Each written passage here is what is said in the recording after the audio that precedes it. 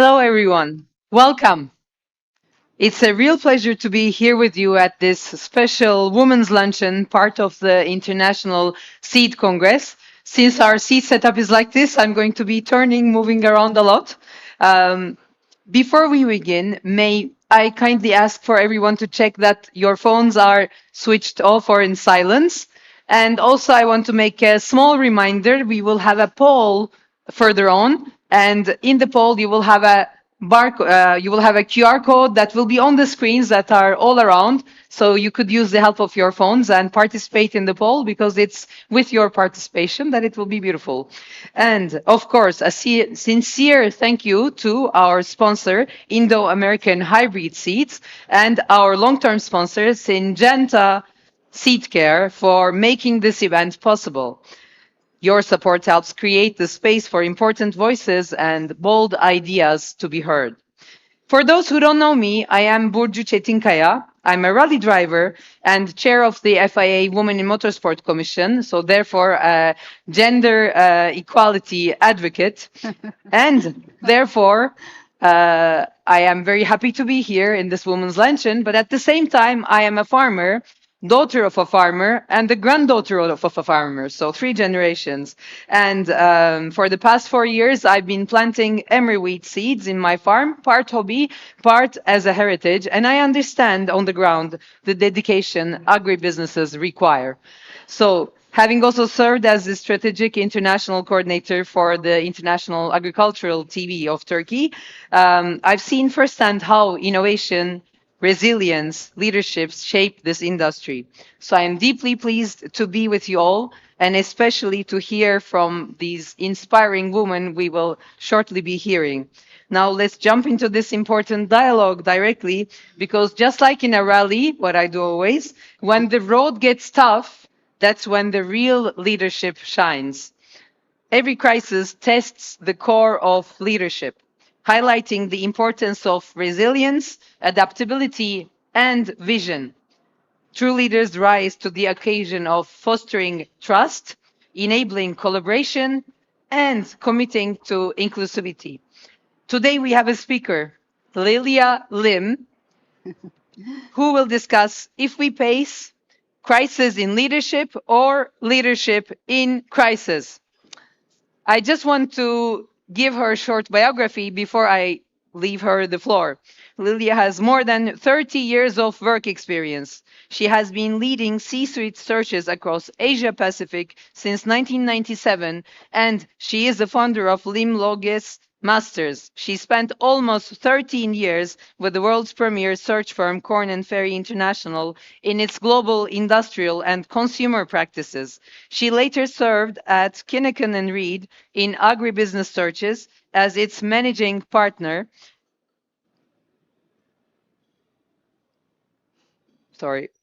Asia Pacific and USA board member. Prior to executive search, Lelia served many years in British Petroleum in oil and gas and Kumpulan Emas Berhad in agribusiness. I hope I read that right. You did. Perfect. Lelia holds an MBA from Hull University and a degree in law from the London School of Economics and Political Science. She is also a postgraduate of the International Executive Program at the INSEAD, and I let her speak. Thank you. Thank you. Thank you, everyone. Thank you for being here. I met some lovely ladies at the cocktails yesterday, so I'm really glad to see some familiar faces. It makes it less daunting to be in a fishbowl. That's how I feel today. But welcome to the Ladies' Luncheon, and I really thank ISF for bringing me here. I'm so excited about the new generation booth and the Women's Luncheon that you're bringing together, a whole diverse group of people. And thank you to the men who've come today. I'm really glad that you're able to participate in this. I'm expecting lots of questions from all of you. So let me get to my slides. And this is me. I'm from Singapore. Those are not numbers to my bank account. These are numbers just to remind myself the milestones, but also to encourage you to think about change in your life, transformation, that it doesn't need to be scary. I have had 3 employers, 5 different roles. I can't remember what the 9 is for now, but I've worked across and placed people across 11 countries. So there are 3 things I'm excited to share in my presentation today, and those 3 points are up. But more importantly, I will admit that this presentation is more for leaders, so I apologize if I'm offending anybody, but I'm happy to take any questions, and I know this came up quite a bit when we did the questionnaire. I'm happy to take any question from aspiring young leaders at the Q&A. So please, feel free to come and talk to me as well. I do leave today, unfortunately, but nonetheless, my coordinates will come at the end of the slides, and I hope please reach out to me. I'm happy to talk to you. We're talking about crisis. I'm going to be sitting down, so don't mind me. We're going to be talking about crisis because a lot of us are facing it today. This slide I found on ChatGPT actually, but nonetheless, I thought this slide was fantastic because it gives you a sense of the military, economic, and ecological changes that we're facing right now. And I want this overlay to show you because this is where, if you look at the dark green areas, this is where most of your agrarian economy is being driven from. So there are lighter green areas, of course. We're not going to ignore, rest of China, Russia, etc. But it's the dark green areas. Now I'm going to go back to that first slide again, and you see where the reds are. The military crisis that we're facing tend to be man-made, yes, but also very much in your dark green areas. So this is a point to note because we are facing today a VUCA world. And, VUCA, I think you've heard this term before. It stands for volatile, stands for uncertainty, complex issues, ambiguous. And basically, why is this so important?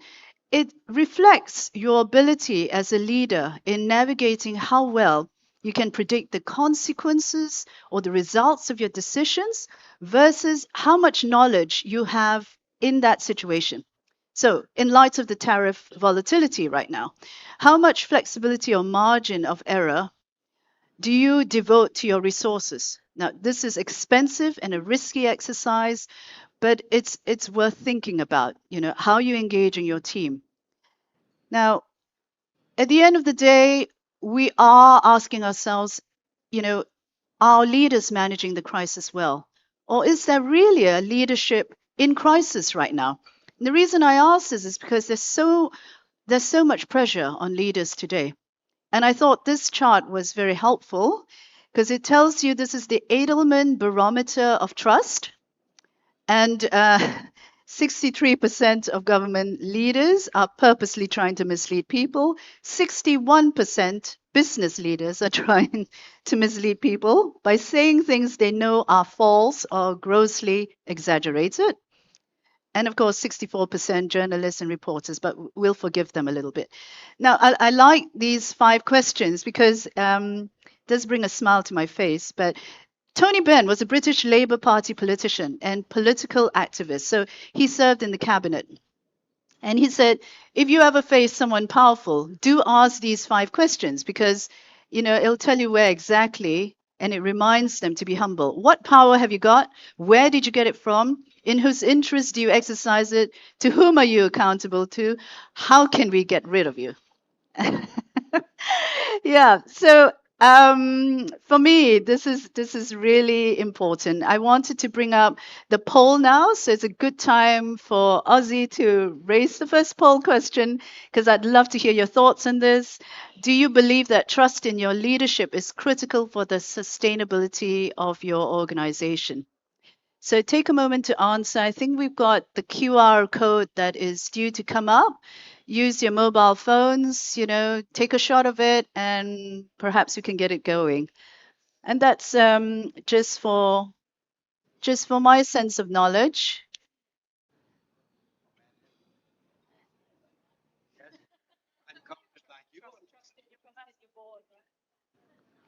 Do you believe that trust in your leadership is critical for the sustainability of your organization? And I think the key word here is sustainability.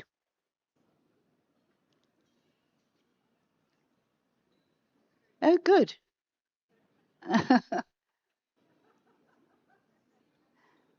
Someone might say no. I do hear you, the backbenchers here. Okay. Yeah, I think we've got about 200 who have signed up for today's event. So those are good numbers that are coming up. I'm really glad I'm speaking to the right crowd here.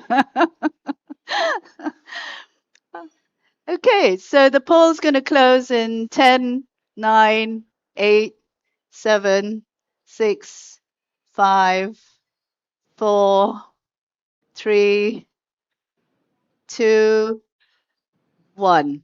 Thank you. Thank you very much. You do get a chance to answer the second poll, so don't worry. Now, I wanted to go back to my slides again and really talk about who needs to be trusting leadership, right? We know that at the end of the day, we're talking about stakeholders. And who are your stakeholders? These are any party that has an interest in the company. Now, this goes to the extent of how these parties may be affected by a company's activities or whose actions can affect the company's ability to conduct its activities. So this includes your shareholders, employees, customers, suppliers, and the broader community. I'm going to be focusing a lot, of course, on your employees. So when we talk about leadership in crisis, who does it impact most? It's your internal stakeholders. The high cost of disengaged employees have, in 2024, the global percentage of engaged employees fell from 23% to 21%. Perhaps this is a laggard after COVID-19. And this fall by just 2% alone cost the world economy an estimated 438 billion in lost productivity. And this amounts for 11% of your global GDP, just to put it into context for you. And engagement has fallen twice in the past 12 years, 2020 and 2024. Now, managers are experiencing the sharpest decline. So Gallup's report, 2024 reports that manager engagement fell from 30% to 27%, while individual contributor engagement remained flat at 18%. And engagement among managers, particularly female managers, dropped by 7%. So, you know, what is it about engagement that is critical today? I think employees want to feel more connected with their work. They want to be excited about what they're doing, right? When their companies don't share a common mission and purpose, employees feel less aligned and become disengaged. I'm sure you've heard of that word or that phrase, the great resignation.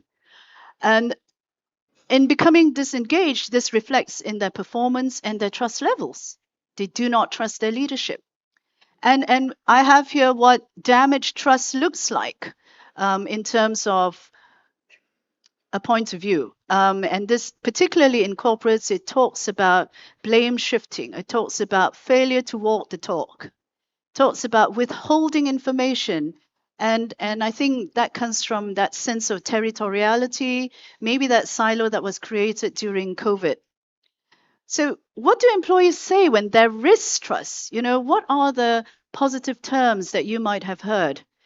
Feeling safe, feeling heard, feeling understood, mutual respect, especially even when you disagree, taking responsibility for your mistakes, resolving it instead of running away, knowing that the company is there for you. In my career, 30 years now, I've only had a handful of candidates and professionals come and tell me that they feel safe in their current environment, that their leaders are resolving things instead of running away. But nonetheless, let's move on. Let's understand where to find trust. So the circle of trust sits within several concentric circles, as you can tell here. You create trust in your company culture. And trust in your culture is due to positive employee engagement. And positive employee engagement comes from an effective organization. Everyone still with me? Yeah, wonderful. So culture is your company's brain. And the evidence of good culture is its impact on external business outcomes and internal stakeholders. Good culture and high employee engagement is found in an effective organization, and I'll define that in a minute. But I know you're all leaders here in some form or another. And you're going to say to me, Lilia, we're all struggling. We've got to grow our business. We've got to keep our people happy. The world is falling apart and uncertain. How do we do it? And I guess, we can only control its controllables and drive change. Focus on what I call rational optimism. And that is purposeful optimism through understanding your employee, exercising the company purpose, and sharing company direction. So today I will address current trends and oncoming challenges as we navigate through a decade of accelerated change. Now, this page talks about some of the characteristics of an effective organization. There are about 7 to 9, but I don't really want to go into all of them. I find that these 4 might say something louder to all of you here, and I'm restricted by time. So just bear with me, and you can check the rest out on telly or internet or something. So thank you. So leaders are obliged to create an effective organization. And these are some of the characteristics I've shared with you. To embark on this, do you think or know, or you do not know what your employee voice is? Your organizational purpose, has that changed for you? How much has that changed for you? And the company's direction. You might say, we've got regular employee surveys, we get them all the time, it gets done, everybody complains about salary. But very frankly, those are just data points that don't change mindsets. Have a chat with your HR. Real data points is how culture impacts business outcomes. So, company perspective, let's look at your customer retention instead of employee surveys. How satisfied are your customers? From a BU perspective, a business unit perspective, why is the growth happening to that one unit? How are they doing it differently? Individual perspective, look at how the individual is suffering from days of sick leave, high performance attrition. Why are they leaving? Are you having those tough conversations with them? So talk the business language, and that makes the difference. We're going to move on to the first pillar, and that is having a strong learning culture. An organization that has a strong learning culture is one where the people have a growth mindset and they continually learn both individually and in collaboration with others. So I must say that there are great examples out there of learning cultures. Novartis is one of them. It encourages employees to devote 5% of their time to learning and skills development. They host a learning month featuring 100 global webinars and events on various topics. They invite academia and speakers. Another great example, Microsoft. I think you know Microsoft. And Satya Nadella has made a commitment to and role models risk-taking and learning from smart failure. And he identifies productivity, creativity, and morale as clear business outcomes. So let me repeat that. Productivity, creativity, and morale as clear business outcomes. So why is a strong learning culture an important trait? And, we've seen this slide. I did show this at APSA as well, but this slide tells you about how employment growth and decline will change by 2030. So you will see that those in predictable physical work will be less in demand as being replaced. We're going to have a big shift towards care providers, those in healthcare, those in social work. And this is inevitable. We know that. We estimate that 30% of our hours today could be automated by 2030. Employers estimate that 44% of their workers' skills will be disrupted in the next 5 years. So nearly all workers will spend more time interacting with technology to do their jobs more efficiently. And leaders can therefore support workers by focusing on growing occupations and to invest in upskilling and reskilling those programs. And the next slide, that I'm going to share basically shows you the increasing oncoming tools and solutions. I seem to have lost. There we are. So I know it's a small slide. I'm wondering whether you can see it. So this is the time frame in which we're looking at today's available technology, moving into how it's going to grow, and over time, what's it going to be look like? So we're going to be looking at genetic modification. I know that's a bad word in Europe, but nonetheless, seawater farming. We're going to look at 3D printing as a very real prospect to replacing a lot of what we see as hardware, blockchain, food sharing, crowdfunding, right? And since COVID-19, we need to consider a new set of dynamics in learning, what we call hyper personalization. And this is for the individual employee because AI will increasingly be utilized. So I'm going to be showing you this slide over here. And that's the advent of hyper-personalization.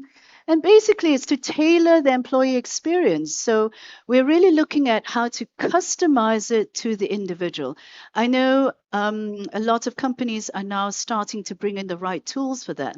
You know, being able to understand how you vary benefits. You know, how do you customize it to the individual?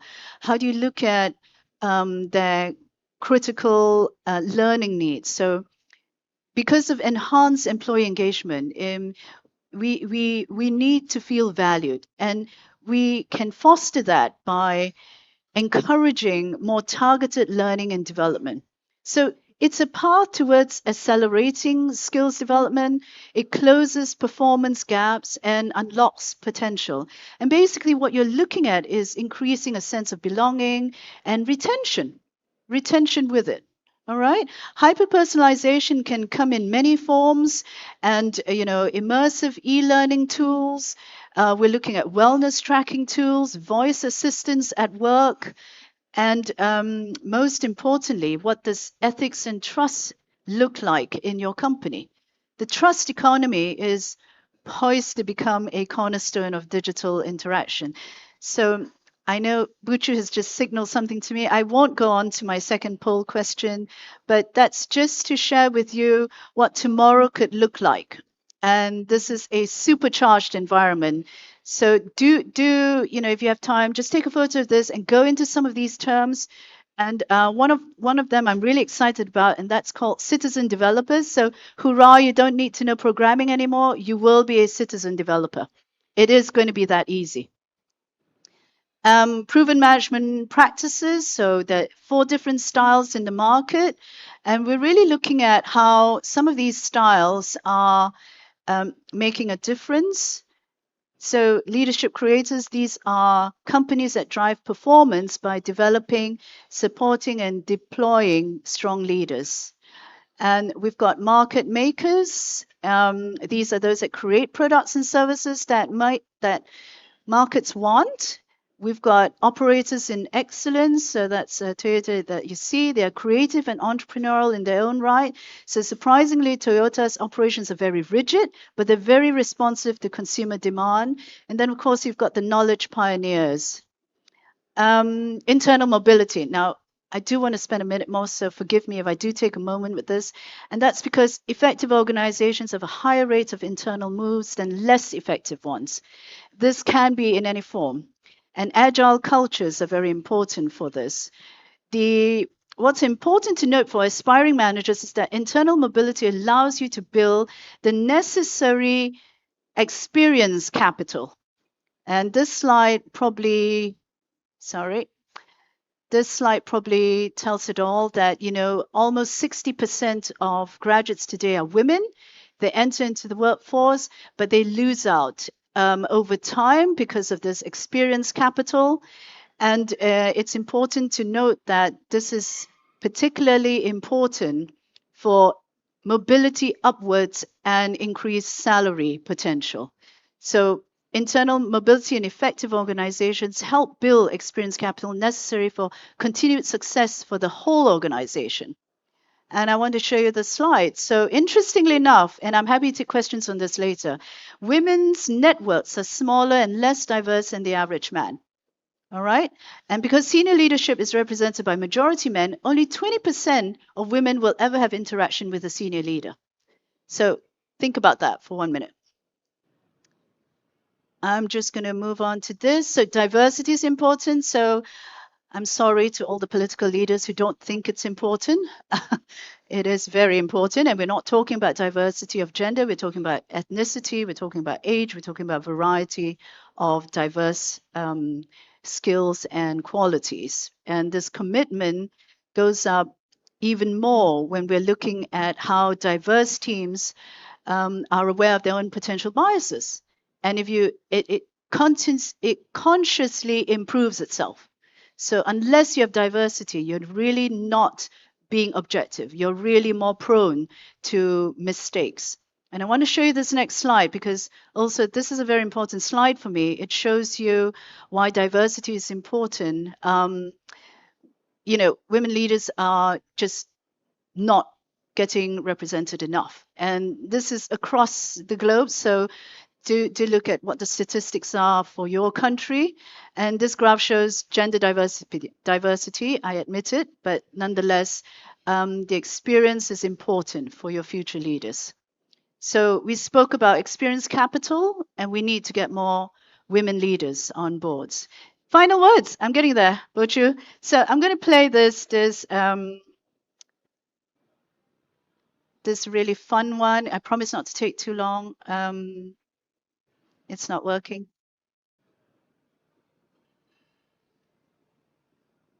Okay, never mind. It's not working. Oh, all right. So bear with me. It's not meant to be too tedious, but fall, and it'll be an exercise in building trust between one another. So Harrison, if you don't mind going first, step up here on this chair and close your eyes. All right, and then everybody fill in, and we're going to ask you to fall, and then they will catch you. So you have to trust us. I'm going to count to 3. Just relax and fall. Okay? 1, 2, 3. No, wait, no! I know I couldn't. I had to play this. I'm sorry. It's just hilarious. So, if I'm going to leave you with some questions, are you building trust in your organization as leaders? Do you have an effective organization? Think about it. And to my fellow sisters, pay it forward. Be a sponsor, not just a mentor. I think women are being over mentored, but not over sponsored enough. And I believe we can afford to be sponsored with future women leaders coming on board. So I know this session is not just about women alone, but I do hope that, let me put up those questions again on board, if you can see it. And that's just for you to think about, all right? And I'm happy to take any questions after this. These are my coordinates. Unfortunately, I'm leaving this evening. I have to fly back to Singapore urgently, but nonetheless, please feel free to call me, write to me, and connect. All right. Thank you very much. I really appreciate everyone, especially you crowd here that's been staring at my back all this time. Thank you very much. Thank you.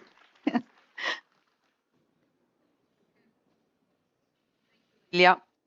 Do I have my voice? Yes. Sorry. Fall. So all good. Yeah. I'm going to come Okay. and join you on the stage. So Yeah. now is the exciting part. We're going to have very exciting speakers, panelists with us. So Lelia is, of course, one of them. She's with us already, so I'm not introducing her. I already did the introduction. No, And you now I don't. want to call Christine Jodloman to the stage. She is an NGIN ambassador of the ISF. I want to... Hello. Welcome. Hi, Christine. So NGIN means Next Generation Initiative Ambassador. And at the same time, she is a part of UN Women 30 for 2030. And she is the director of programs at the Agria Foundation. Welcome, Christine. I will continue introducing our guests, and then they will have some speeches, and then we'll go with the questions. So next is Rashmi Attavar. She is the joint managing director of Indo-American Hybrid Seeds India. as well as a Global Council member of the World Agriculture Forum. Welcome. And Hi, Rashmi. Fourie, Professor Driekie Fourie. She's the product biologist at Syngenta Seedcare for Africa. And welcome. Hi, Driekie. So, I want to start with giving you each 2 minutes where you will be free to speak about your point of interest. And then we have some questions we'll go around. So who wants to start first? We start with Christine. Hello. Hello, everyone. Good afternoon. I'm Christine from the Philippines. I'm part of NGIN, and thank you so much for my NGIN delegates who are here. And thank you, ISF, for having the youth perspective and voices here today. I'm a farmer and development worker from the Philippines. I'm passionate about climate resiliency of farming and fishing communities in the Philippines. That's part of my work. I work with around 40,000 farmers across the Philippines on diversification practices and climate resilience. It's so good to be here, and I'm excited to learn from all of you. Thank you. Maybe we can pass the microphone on, but I want to interfere because I was so excited. I studied, but I forgot. So Professor Driekie is at the same time world-renowned nematologist, and I was not aware of what nematology meant. So I did my research with ChatGPT. So nematodes are apparently roundworms. Maybe all of you, I'm sure all of you know, but I didn't. And ChatGPT said worm expert who protect your corpse. So I don't know if it's fair enough. I'll let you speak. Thank you. Thank you very much. Thank you. It's an honor to be here today. And as Christina said, I'm the product biologist of Syngenta for Africa, Middle East, and I profile the new product introductions in these countries. So I get to see how all the new products that comes from our Basel research station, how they perform under all these conditions. And for me, leadership came very naturally from a child. I feel leaders should be very transparent. They should take into account that the employees will only trust them once you have earned their respect. I feel as a leader, you must try to lift them out of comfort zones. And then, very important, we must focus on the youth. The leadership that we portray must impact on our youth. Thank you. So, Lelia, you also have a say. Oh, I do. You did already. No, You can people add don't if want to you hear want. from me Yes. anymore. Rush me, please. Okay, right. Hi, good afternoon, everybody. Thank you for the opportunity to be on this panel. I'm Rashmi Attavar with Indo-American hybrid seeds. So I'm a horticulturist based out of India and work on different forums with horticulture, both in ornamental plants as well as seeds. And for me, the whole thing is just to make a difference in everyday life for the common man as well as the farmer and every person that's interested in making this world greener. That's my personal interest in this, and I believe strongly that it's important to be reverse mentored as well as mentored, and it's important for us to have open dialogue both with people who work with us and with our chat with everyone else that works with us as vendors and customers. And I think that brings in a lot of faith for people in your brand. And thank you. Thanks for this afternoon. Look forward to our deliberations. Yes. Thank you, Rashmi. And so we will go ahead with the questions. But in the meantime, please, you also, if you could prepare your questions, because we will have a quite long question and answer session. And I start with Christine. So the number of young talent entering agribusinesses continues to be a challenge around the world. What makes a company attractive to the young generation today? Hello. Thank you so much, Burcu, for that. It's quite the context and reality now, right? That young people are not really that much interested in agriculture. But I will give three like M's. First is mission. On a personal level, it's very important that the mission of a young woman or a young man, for example, entering the workforce is connected to the mission and goals of the company. We work like more than half of our lives, right? 50 years, 60 years or more. And we want to wake up in the morning inspired. No, we want to wake up in the morning. I am doing something better for the world. So mission of the organization is very important. The second one is mentorship. And IS have some very good mentorship. Mikey here and Miss Francine from the Philippines are some mentors of the IS Women Mentorship Program. That's very important because when young people enter the workforce, we have some questions. We did internship, for example, but the real world is different. So mentorship is also very important for us. And the last one, the monetary compensation, because we are young, but we should not be paid less. Um, our skills and education should match our monetary compensation. Yes, that's my three M's. Yeah, thank you. Actually, you already kind of answered my second question, but maybe it will give you some time to think about it. Where do you think young aspiring women are getting their sources of inspiration in the workplace? I think you can differentiate those. Yeah, I have also 4S. Filipinos will love acronyms. So we have 4S. First is to really focus on the self. We cannot really give what we don't have. So being inspired is very important. So first is connectedness. That's much connected to the first one I shared, like a mission-driven organization, purpose-driven work. That's very important for young people. The second one is self-care. Self-care is very important. An organization should have, the time and space where young people can have work-life balance so that we will not be too burnt out or too, more too live. And then the third one is support system. I think this is also very important. That's why mentorship is very much aligned on this. Support system within the workforce, not, your colleague bringing you down, but really lifting each other up. So I think that work culture is very important. It's what Lelia have said, that culture of, high performance organization, competition, but at the same time, healthy competition, not really bringing each other down because that's where burnout, that's where, other things come in. And the last one is really the service to community. Service to community, a lot of companies now are doing CSR, for example. But I think it's very important that it's integrated in the company DNA, that's really helping the community around, local communities and people around, to be better, not just inside the organization, but making the world a better place. And I think all of us here are doing that because, we're here today.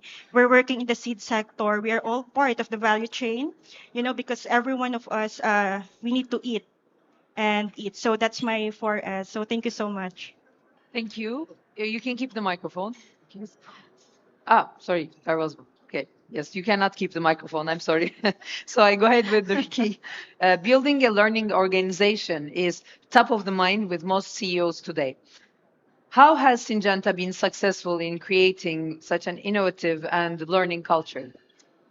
That's a very interesting question. And I believe that their clear focus on innovation and also research and development is part of the answer here. And I will accentuate these two points.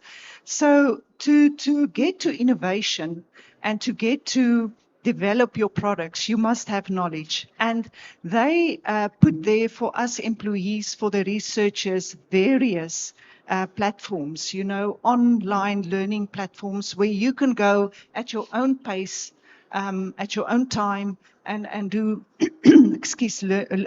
learning related to your work and disciplines.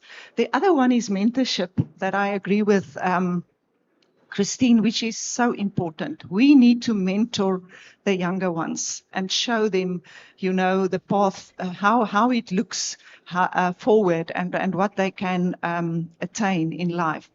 And then the most important thing that for me is that this learning culture help your employees to embrace and react to change. Change, when you get up every morning, the one thing that you know is going to happen is that something is going to change. So you have to be prepared. You have to have a plan A, B, and C. And how do you do it better? To have experience and to take it from learning. So that is my reaction on how Syngenta is doing this in terms of learning. So, of course, I think in every community we need to talk today about artificial intelligence. So my next question is, how do you see AI creating new opportunities in agribusiness?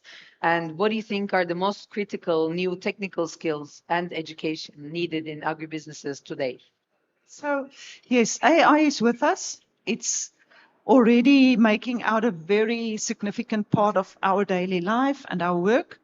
And I think the biggest impact it will have is on something like smart farming, smart agriculture, where algorithms, kind of analyze data from historical data sources, from soil sample sensors, and then that you must be able to know how that works, and because that will be definitely a big thing that's going to happen in future to us and is already happening. The other thing is in terms of research and development, it helps us and it will help us more and more to develop products quite faster.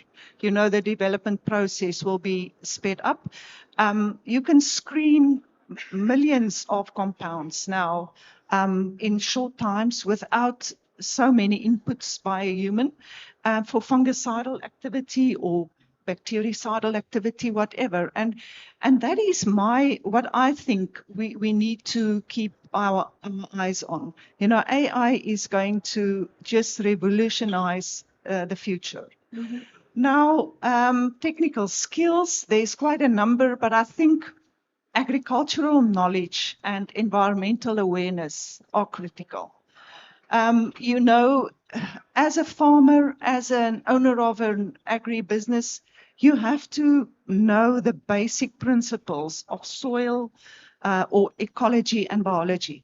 You have to know the basics of soil and plant health, animal health, and that is really important. But together with that, you have to focus on sustainability. All the agribusinesses today has to go there. And important here is again, if we can say AI already plays a big role because scheduling of irrigation is an example. My son works for an irrigation firm, and he said, "Mom, of the farmers we tested, and they were quite a number, near to 100, all of them gives 10 to 15 millimeters of water too much per water regime." Now think if we can save that, and AI and all these new technologies are there to help us. So the impact on the environment is crucial, and we need to appreciate that. Thank you, Driekie. And so I go on with Rashmi. So Rashmi, what are the biggest external threats you foresee on your organization today? As a large family business, you have equipped your leaders. Have you equipped your leaders to handle them? Thank you, Burcu. One of the major things that we see now is labor migration, where we're seeing migration of labor back to the villages, especially after COVID, and climate change, shrinking farmland, and also challenges in terms of the new ESG demands that we have. India is also becoming future ready, which is a positive thing, but that takes in a lot of education. Um, the way we have been equipping our teams to deal with it is educating them both internally and externally. uh, to, just as Driekie mentioned, judicious use of water, paying keen interest to soil health, as well as taking care of the business such that we're also able to manage our labor forces, maybe educate them better, some of them to stay along, who've been trained within us. And the important address that we've made is that we've addressed the people to train them even from day one when they come in. And that empowers them to do better and work better, probably make them future ready for any of the crises that they may see in the time that they work with us. Um, we've also made sure that almost everywhere we work, we're able to make some sort of small impact in terms of water, because India last year saw a lot of scarcity in water, and we were happy that we were able to impact ourselves from within with having the least water shortage. And for us, that was a small win, but we hope that all the people that work with us, the other farmers, also um, adapt to it quickly.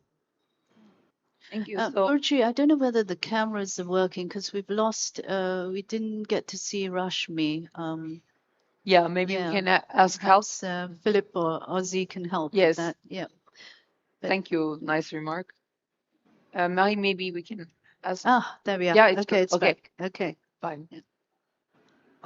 So as I was, I'll continue. Yeah. So, So you were continuing, but I think, yeah. So we invest in leadership in terms of fostering global learning and also collaborative decision making with our teams and our leaders within. And I'm happy to say we also work with young students who are in the final years of agriculture school, and our teams interact with them. So we're bringing in future ready students into the agriculture field. Thank you. And what are some distinct practices or culture in a family business that has made your company more resilient to cope with the crisis? And are there specifics to your country, to India or location base that has made it easier? So we're based out of India, and India has a very diverse culture within too. You know, almost every 200 to 300 kilometers, different languages spoken. The food they eat is different, but all of us come together as India, and that itself fosters a culture of being very cohesive, even in terms of making decisions. That makes it a lot easier. And like I was saying earlier in my um, introduction, the whole thing is we're trying to make a difference in everyday life. And the strong ties with farmers, with our marketing channels, makes a lot of difference. And this we saw when the COVID-19 pandemic hit, and all our teams got in together, came into work, and made sure that seed was sent into the market. Farmers were helped, of course, with the right precautions in place, but that was the time that we saw that the faith the team had made a lot of difference, and the faith and trust of the farmers in us to help them in an emergency, which I felt it was one of the first crises, at least in my lifetime, that I saw. We were talking about, especially in Lydia's presentation, workforce engagement and also about leadership. So, from your own experience in a large family business, how do you attract and rather, how do you retain and develop new leaders for your business? Um, we work with our teams, people that have been with us. Some of them here in the audience too have been with us for over 3 decades. So we work with people that come with us from early on and grow our leaders from within. And I think Lelia mentioned that when she was interviewing teams for India, she had a lot of people who did their early career Yes, Indo-American. at Indo-American, Yes. and that brings us great joy to know that many people in the seed industry have been through with our training and gotten better. It's also been very important that we have a horizontal organizational structure. People are at ease to meet the management of the company at any point in time. So it's an open door policy, and that builds the trust, I think, with people to come and be able to not only be transparent, that they're at ease to speak about what may not be perceived as easy talk, but they're able to talk about problems as well as know that there'll be a solution for it. And I think that makes people, employees especially, trust in us, and that they have a deep-rooted mutual respect. Thank you. Before I ask the questions to Lelia, are you ready with your questions? Because I see a little bit energy. So can we get the energy up? How many questions already in your head? Any hands up? Okay, there are some. Think, we still have time. So, Lelia, you spoke of young aspiring women being over-mentored or under-sponsored. What is your advice on career advancement for women? The reason I brought this up is, we talked about that gap in women's leaders, and also the understanding that there's just not enough opportunity for women leaders then to mentor young aspiring managers. When I talk about being sponsored, I'm really talking about the opportunity to have a real opportunity to move into a manager role, to move, to be promoted, to actually to have a tangible target that you can be promoted or encouraged to move towards. Not just mentoring. Of course, mentoring can lead to sponsorship, but it's only a small facet when it comes to actual sponsorship. I do encourage aspiring leaders to think about the larger pool of networks that they have, a balance of mentors and sponsors within your career.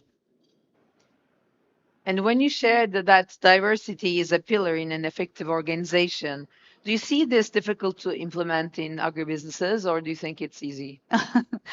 I think it's absolutely critical in agribusiness, only because the talent pipeline is not strong in agribusiness. To ignore diversity would be a failure on your own part and your own sustainability as an organization.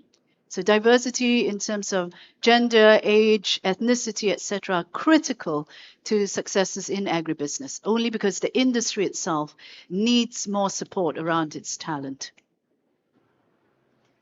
So we have time now for questions and answers. And we have our hostess. If you could shortly also tell who you are, please.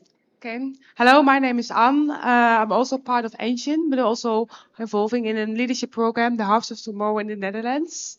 And I would really like to touch upon what Christine already mentioned, the self-connectiveness, because that's actually what we talk about in our leadership program. We really help young people to connect with themselves, and from there, how can you make impact and change in the company where you work or whatever context you are in. And I was also wondering, connecting with yourself is very important, and it's also something what we often forget. Really being able to listen to each other, and also finding a shared goal. And these are really things that are more feminine characteristics, which I think is also very nice related to the topic we discussed today. And also something what I think everybody can show, like leadership for us is not only something a manager can do, but what everybody should have. So I was really wondering, what your from the people here in the middle, what their thoughts about is how can you use self-connectiveness in leadership? Yeah, that's my question. Okay, so it's a question for all. And do you want to just repeat the question part? Yes. So I'm really Lastly, curious again, about please. your thoughts about how the self-connectiveness can enhance leadership. Okay, how Yes. self-connectedness can enhance leadership? Who wants to answer? Yes, please.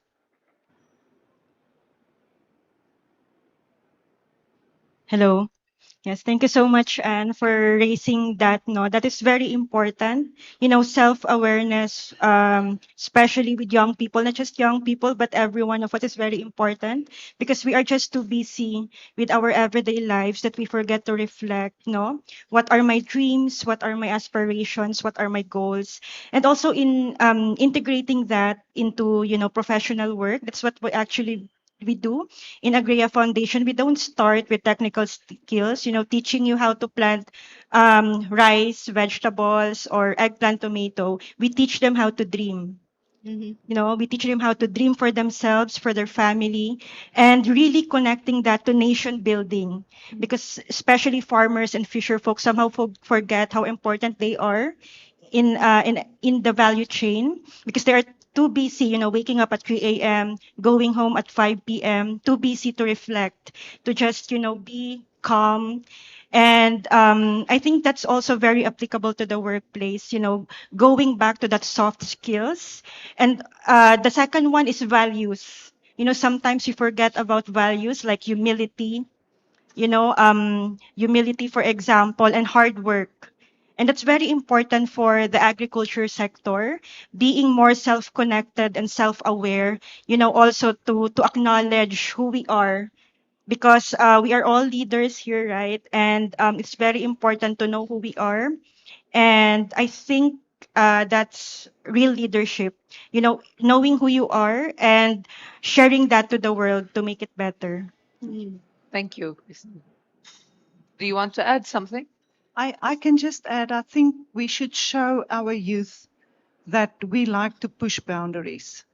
We should get out of our comfort zones. It's so easy to get into a comfort zone. And when you feel there's nothing that challenges you, then you must know there's something wrong. So I think we must teach our youth that we must push the boundaries and aim and put the bar higher, to get better products, to get better outcomes in lives. No. Okay. So thank you, Anna. Right? Thank you, Anna. And can we go ahead, please? Thank you. My name is Aslı. I'm also joining from NGIN. Thank you so much for creating this space. It's really nice to see everyone. My question was regarding the social norms, actually. I think a lot of the challenges, the structural and systemic barriers coming from the current social norms that we really need to challenge and try to change, I guess, the mindset shift. And I feel like a lot of initiatives are focusing on educating, mentoring women, but then what about the other part of the society? What about everyone else? How do you see this happening? How can we create this mindset shift to challenge the current social norms to improve women's position in sustainable agriculture, for example? Do you have a specific person of you're addressing your question or to all? To everyone. Okay. Maybe I could start. Okay, I do a lot of work across the globe. So when it comes to cultural norms or social norms, as you call it, there are distinct practices that can be encouraging, sometimes not so encouraging. The good thing about COVID-19 was that we were talking about it yesterday, Rashmi. It affected everyone equally. What we're going to see with AI and technology is that it's going to impact everyone equally as well. And that will change the social norms. That will in some way force people to think about how to integrate it as part of their lives.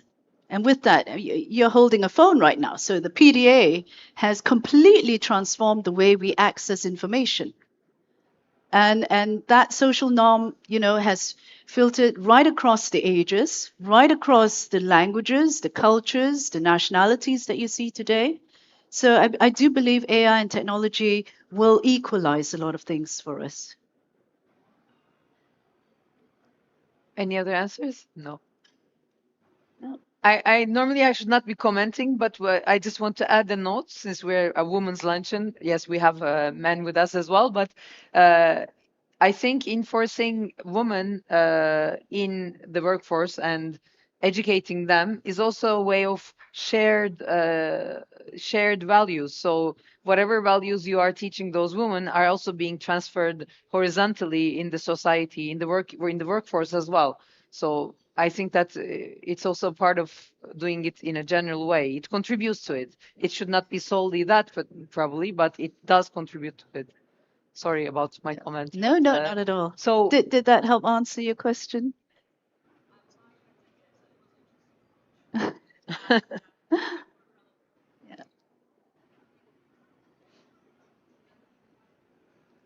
Thank you. That is kind. My question is for Lelia, but it can be yeah, answered by. can you introduce yourself as well, Yeah. please? So my name is Majo. I work as a global sustainability analyst at Eurasia Group, which is a political risk advisory firm. And my question is, you mentioned that there is crisis in leadership and leadership in crisis. And there's a lot of decisions that will be taken in the next year and 5 years by 2030 that are important for everyone that sets the rules of the game. So you have for ag, our sector, about technology, AI, but you also have rules of the game and decisions on climate and the physical impacts that will have on us, but also on multilateralism, the systems that we have, the trust that we have in them, and then macroeconomic decisions in terms of tariffs, right? And that is a very daunting situation to face as an emerging leader, as you've said before, people that aspire to be leaders. And I'm just curious as to have any advice on how do you navigate that uncertainty, but also any skills that you think will be useful for then women especially would like to navigate that in the future, that it's not in their hands right now to take those decisions right now. Thank you. No, thank you. That's an excellent question. Multifaceted, of course, but excellent question. I do believe that this change should not be. I know it's hard to put this into practice, but we can only control what we can control. We can't control Trump. I'm sorry. We can't control the weather. I'm sorry.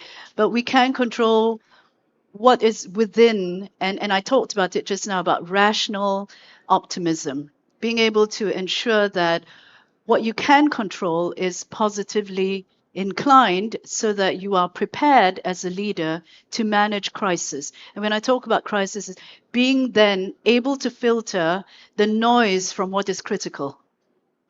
And I think, it's a lot of noise out there. And unfortunately, the internet doesn't help with that because you're just crowded with more information on top of it. But so it is essential that leaders today start really looking at making sure their backbenchers, their supporters are giving them the right support, creating the right environment for them to be effective, and being able to function within that framework. Be able to define that framework will be critical. Being able to know that someone's supporting you when you make that decision is critical. And that's why I'm saying trust at the end of the day, although it's completely intangible, is a measure of success. Just like creativity increasingly is a measure of success, or productivity is increasingly a measure of success. So have a look at your trust index within your organization. What does that look like? Right? I hope that helps a little bit. Yeah. Hi everyone, Claire Taylor here. I've spoken far too much at the Congress already as a moderator. But I just wanted to pick up on the clapping in the room, and you talked about, Christine, about remuneration for young people, but also I just wanted to give a very brief anecdote of my own experience. I mean, at 22 years old, it was my first job at the BBC, and I was absolutely terrified talking about money, my value. I had crippling imposter syndrome. One of the best things that happened to me, that there was a seminar where all the women in the building, this was in Scotland, were invited to attend, and it was basically to tell us all that we had to be able to put ourselves forward for promotion, for opportunities. And they talked about how they gave examples, and often it was you'd be applying for a job, and a man sometimes would be very confident to overpitch or oversell their competencies, or women would often underplay their skill set. And it was such a valuable learning for me because I was terrified about having those conversations. And I went on to work with lots of journalists at different papers, and the amount of young women that would come up to me and say, I'm too scared to ask for a pay rise, what's my value? And they wouldn't do that. And it's something I found really frustrating. And I guess my question would be, is there something that organizations can do? So they have seminars where they're particularly focused around giving women or giving young people maybe those opportunities, or those, I guess, those knows how to ask, how to value themselves, how to kind of get over the imposter syndrome, because it can really help, particularly at the beginning of your career, to know how to conduct yourself in those conversations.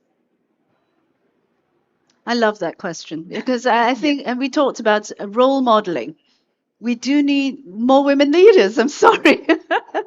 We need to get role models out there. We need to be able to encourage the young, the young aspiring women to really think about how to project themselves, how to be working the right network, how to find the right sponsors and mentors in that network, how to be able to be brave.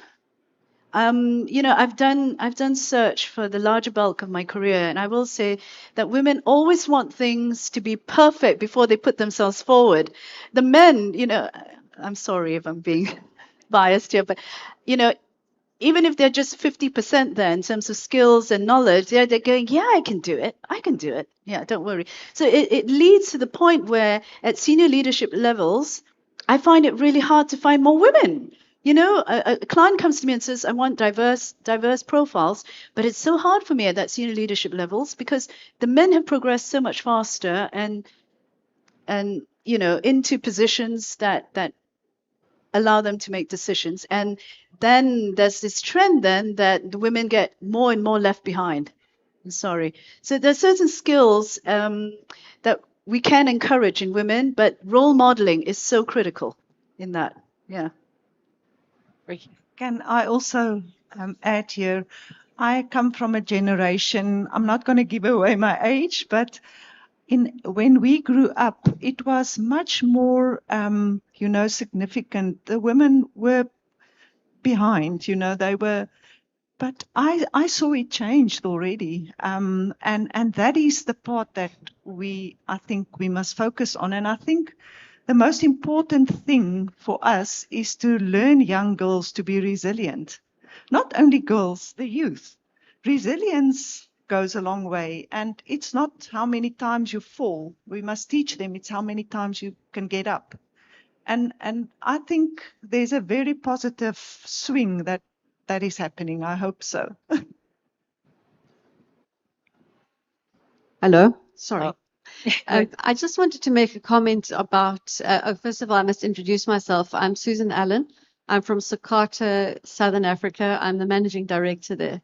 So I know what it's like to be in an industry and in a country where it's extremely male dominated. But what I want to say is, you've touched on it a lot, but it was around the topic of challenging the social norms. I think we need to, as women, put ourselves out there to say, listen, we actually want to do something that is traditionally considered a man's job. We can't expect the men to automatically know that that's what we want. It's not really fair to put it on them. I think we have to be the ones to say, go to your manager, go to anyone and say, look, I just want you to know that if something comes up in this line, I'm your person. Look at me. I want to do it.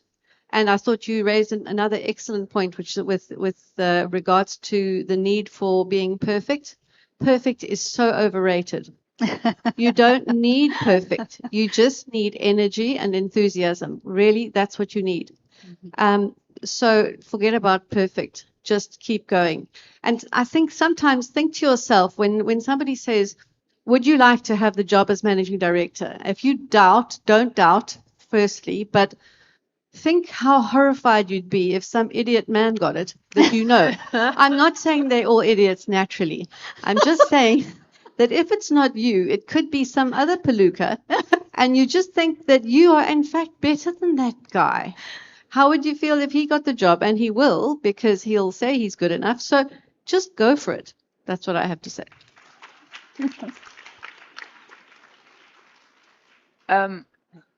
Yeah, okay, sorry. By the way, thank you for the comments. Someone who has done that in the rally world, showing that I want to have this seat that not usually women have. I do agree with your points. Go ahead. Okay. Hi, my name is Rajeshwari. I come from India, from Netra Crop Sciences. I'm the executive director. And my question is to Rashmi. Because ours is also a family-run business, and this is the third generation. Ma'am, you told that you are available everywhere when people want to come and speak to you. So how much can you let everyone? Because I find it really very difficult to be everywhere. Because as she said, survival is also there, sales is also there. And then, as she said, it is also the internal stakeholders which we have to take care. So now when you are available everywhere, you get shattered. That's what I find difficult. And how is that you manage? Maybe I should rephrase what I said. I said that we're available to everyone, provided the needs are in alignment with the kind of decisions that we can take. And Santosh is here in the audience too. So, So there's a filtering system. Yeah, there is a filtering system. Everyone is heard, but there's also an informed decision taken, which is which we communicate to them. But at the same time, we want people to know that we're available to them. Thank you. Thank you. Maybe you can put that benchmark in between. If you still have questions, you might still have some time to ask, but I want to invite first I want to invite the Vice President of the International Seed Federation, Lorena Basso, to do the closing speech. But then I got the permission that if you have, because she also is an example of all the things we spoke. So if you want to have some questions for her or for all our panelists as well, we still have some time. I let you the floor. Please take a seat. Sorry. And we can share a microphone. Yes. Okay, thank you. And thank you, all of you, to be here. As you know, I'm not an English speaker, so my natural speaking is in Spanish. So I usually have some letters just in case. So thank you, all of you, to be here. For us, it's so important that we have this space to think. I think that this is the third luncheon that we have. The first one was in Cape Town, Lukesny. You pushed for that. And we have been talking about, in the last few years, about a lot about gender equity, about leadership. But for many people, they think that it's a woman's issue. And for me, it's not about women, it's about people. And it's about people that want to do what they like, what they love. They want to grow. And this is the most important. It's not about a woman. It's about people that is talking about. Thank you. People deserve to grow in a space, in an atmosphere that, and they have to be respected. And this is the most important for me. So, but when I looked at all the Congress, when I go to other side in my place, in wherever, we still need more women on board. That is a reality because we are still a minority. So I think that we have three words that we have to work on. That is visibility, opportunities, and support. And from ISF, we are doing a lot of things. and I want to share with you some of them that I know that you know. First is we have a mentorship program. It's great. I'm on board. I'm on board in the mentorship program. Sometimes I feel that I am a mentee because I learn from the other lady. So we need more. We need more mentors. We need more mentee. So in case you are not on board, please send an email to Marie. We have to know that Marie is the person that is pushing a lot of things about this. She's putting this luncheon. Thank you. Peking, thank you. So, but the other thing is networking. Networking is like this. It's to be together. If we support each other, for me, it's so important. It's the best thing that we have to take care to have and good networking. Hello, Shalanda. She's great. So thank you for showing this lantern. So I would like to thank you to the men that are in this place, are our allies. Santos is ISF president, so thank you to be here. So Peter, also he's part of the VOD, and there are some other more. Thank you, because as I say at the beginning, it's not an issue about women. It's an issue about people. So thank you, because we have to walk side by side. And to finish, I like your idea, Claire, because I think that the women need some support to know how to do things. But I go to the other side to Susan, and you said, it's like this. When we have to believe in us. So when someone asks you something, you say, yes, you can do it. So it's like this. It's a pleasure to have you here. Thank you.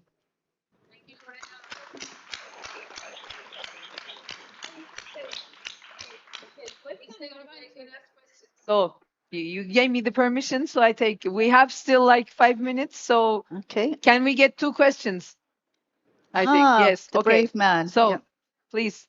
Hello, everyone. My name is Mark Borneo. I'm from the Caribbean. I'm the managing director of Farmers Value Mark Limited. I'm proud to say that we have 50% female in our organization. Now, it's only 12 of us, so 50% is 50%. Clapping for that. Nevertheless, my question is very simple. It's no secret that in different countries you have strong leaders and you have people with more respect for strong women in power.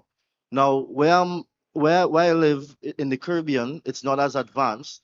So I would like to ask you, if you are the CEO of a startup company, a young company, and you want to hire women to be in charge of certain divisions, what will be your advice to them in the face of the fact that they might get opposition for no reason from entering certain markets? And at the end of the day, as a startup, of course, you want someone to be in an effective role.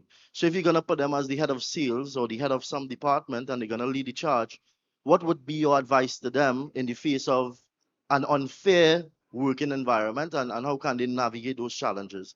So thank you. Are you asking everyone? Okay.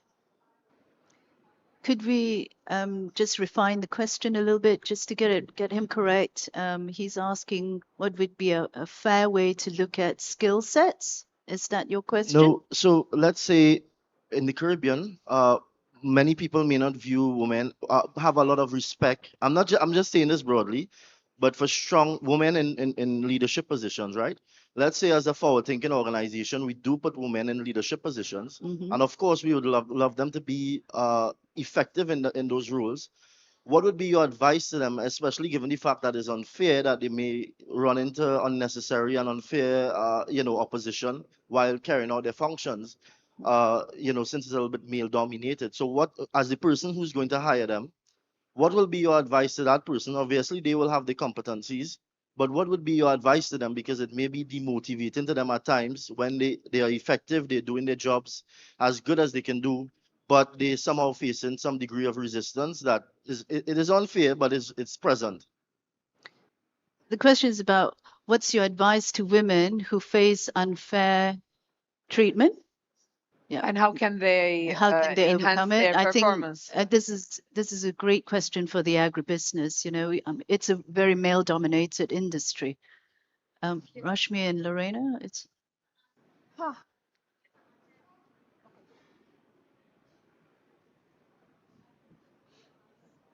okay. Maybe I can answer this question. And I think the answer is quite simple. Simply hire the woman and back her up. So I think it's in the end to the managing director or the CEO itself to make sure that it happens and that you give the right backup and then it happens. And, you know, if you start doubting yourself, then there will be doubt in your organization and your customers. So if you simply hire the woman with the right skills and you back her up, then it happens. And so we make a change. I think that is the steps we have to make, all of us. Thank you very much. Can I add? I will tell her, believe in yourself, because you are here for a reason. So if she was the chosen one, she must believe in herself, and with a backup, she will be fine. Thank you, Driekie. And we have one final question. Oh, we don't? Yes, please. I know. Hi, everybody. My name is Manuel. I work for a tech company called Priva. I've worked for masculine organizations, and now we have a CEO and chairman who's a lady. My question is, you know, as a man, also you feel in these turbulent times, you know, the trade wars, real wars, and a lot of things are going on. So I'm wondering what the difference is in terms of sense of belonging and keeping your organization together. I think there's a big difference between masculine-driven organizations and feminine-driven organizations. They look at way more skills than just KPIs, revenue, margins. Do you see anything out there that is that's standing out? I'm a firmly believer that women towards sustainability are better leaders than men, by rule of thumb. Not every person, but of every organization. But that first thing really interests me, because we are now going to this roller coaster of time, and I really think that those particular skills that we are kindly feeling in our organization is getting more and more. Mm-hmm. Yeah. So you think this difference is a positive difference? No, I learned from Lion, from you, that there is a neutral leadership. It's not about women. It's not about men. This leadership is maybe it's in the middle. It's neutral. So I think that we are going in this direction. That is the best leadership that we will have. But we need skill from women, skill from men, and this is for me. That is my opinion. It's a different leadership. I just want to add to that we talked about the learning organization. I think that's really critical at this point in time to look at the skill sets that are going to take you, into the future with continued and even more crisis and turbulence. And I think the skill sets that we're looking into the future are really around, Driekie brought it up, resilience, definitely, but also that level of high adaptability and self-awareness in order to deal with humility problems that may not be predictable anymore.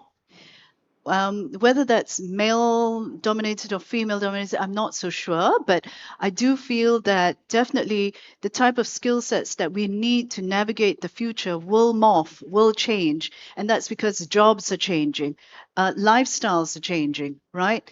The crisis that drives us today will not be the same tomorrow, but we need to be resilient, based on resilience, and that's having the North Star. I do have a wonderful quote, and this is from a client of mine. And he was saying to me that he has a lot of faith in women.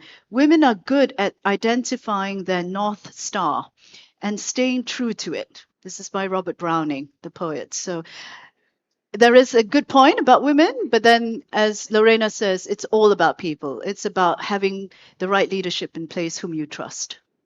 Yes. Thank you. I think that the woman we can do things better, but not better than the man. Think the things better for all of us. It's about that. It's to think about people. Thank you very much. We came to the end of our session. We are going to be giving some prizes, but I want to just thank you for your attention, for being participating, asking all the questions. And just a final question from me, because Lelia asked it before. I just want hands up, and then like this, we will finish the session. Who thinks that we need more women leaders?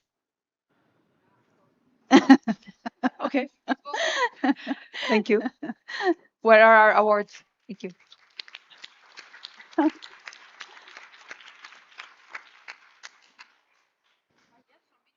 Yes. Thank you very much. Thank you. Thank you. Yeah. A goodie bag. I like goodie bags.